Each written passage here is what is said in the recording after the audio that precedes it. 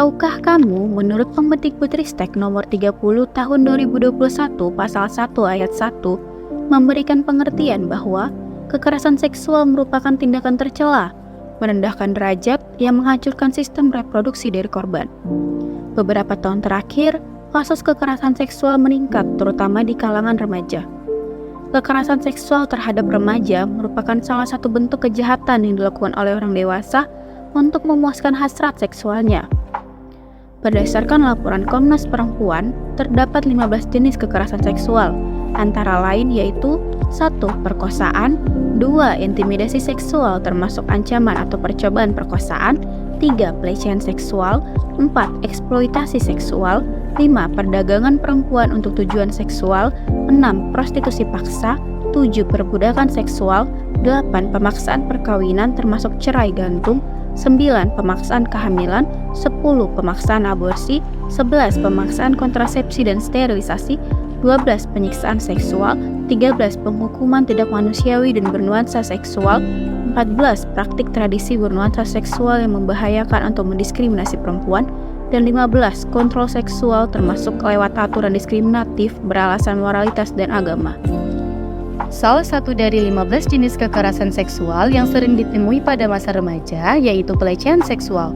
Terlebih lagi pada masa remaja sudah mulai tahu tentang lawan jenis. Pelecehan seksual adalah tindakan seksual melalui fisik atau non-fisik. Pelecehan seksual secara fisik merupakan perlakuan menyentuh, mengusap, meraba, memegang, memeluk, mencium, dan menggosokkan bagian tubuhnya pada tubuh korban tanpa persetujuan korban. Pelecehan seksual secara non-fisik adalah pelecehan yang bersifat kata-kata yang dilontarkan, menggunakan nada sindiran, menarik hati, serta menuju pada perilaku seksual seseorang di depan umum, atau langsung dengan tujuan mempermalukan serta menghina, dan mengintimidasi. Pelecehan seksual non-fisik dapat berupa catcalling dan pelecehan seksual secara online. Catcalling adalah perlakuan bertendensi seksual kepada orang yang lewat di jalan atau di tempat umum yang dilakukan secara verbal berupa siulan atau komentar dan nonverbal berupa penggunaan gestur fisik. Jika mengalami hal ini, jangan hanya malu-malu atau diam saja, karena mereka tidak akan berhenti dan mungkin akan semakin menjadi-jadi. Untuk pelecehan seksual secara online dapat dilakukan melalui komentar pada foto atau video, direct message atau pesan langsung, dan mencuri foto pengguna yang kemudian digunakan untuk diunggah atau diupload ulang. Dampak yang dapat diakibatkan dari pelecehan seksual terhadap remaja adalah: pertama, dampak terhadap fisik berupa luka, kecil maupun besar, memar, lebam, bahkan kehamilan yang tak dikehendaki korban. Yang kedua, dampak psikologis yaitu cemas, trauma, stres, depresi, bahkan gangguan mental.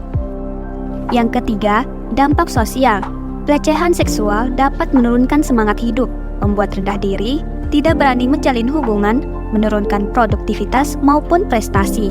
Yang keempat, dampak seksualnya. Frigid akibat trauma, penyakit HIV atau AIDS, cacat akibat aborsi yang tidak dilakukan ahli medis.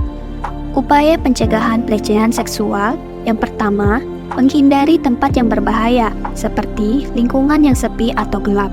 Yang kedua, jangan percaya penuh. Artinya, jangan menaruh rasa percaya sepenuhnya, apalagi terhadap orang yang baru ditemui. Yang ketiga, hindari obrolan yang berbau porno. Yang keempat, mempersiapkan alat pelindung diri sehingga bisa dipersiapkan untuk menghadapi kemungkinan terburuk. Contohnya, alat semprotan cabai. Kita sebagai remaja dapat melakukan upaya untuk menangani tindakan pelecehan seksual yang dialami. Yang pertama, lihat dulu di mana situasi pelecehan tersebut terjadi, agar kita bisa mengetahui siapa yang berwenang sehingga tahu kemana harus melaporkan oknum yang melakukan pelecehan tersebut. Yang kedua, bersikap tegas dan berani untuk memberikan teguran dengan cara ingatkan atau ancam pelaku. Yang ketiga, laporkan tindakan tersebut pada pihak yang berwenang. Tidak melaporkan tindakan tersebut sama saja dengan membiarkan kejahatan yang dilakukan oleh pelaku. Mari lindungi remaja, lindungi generasi Indonesia.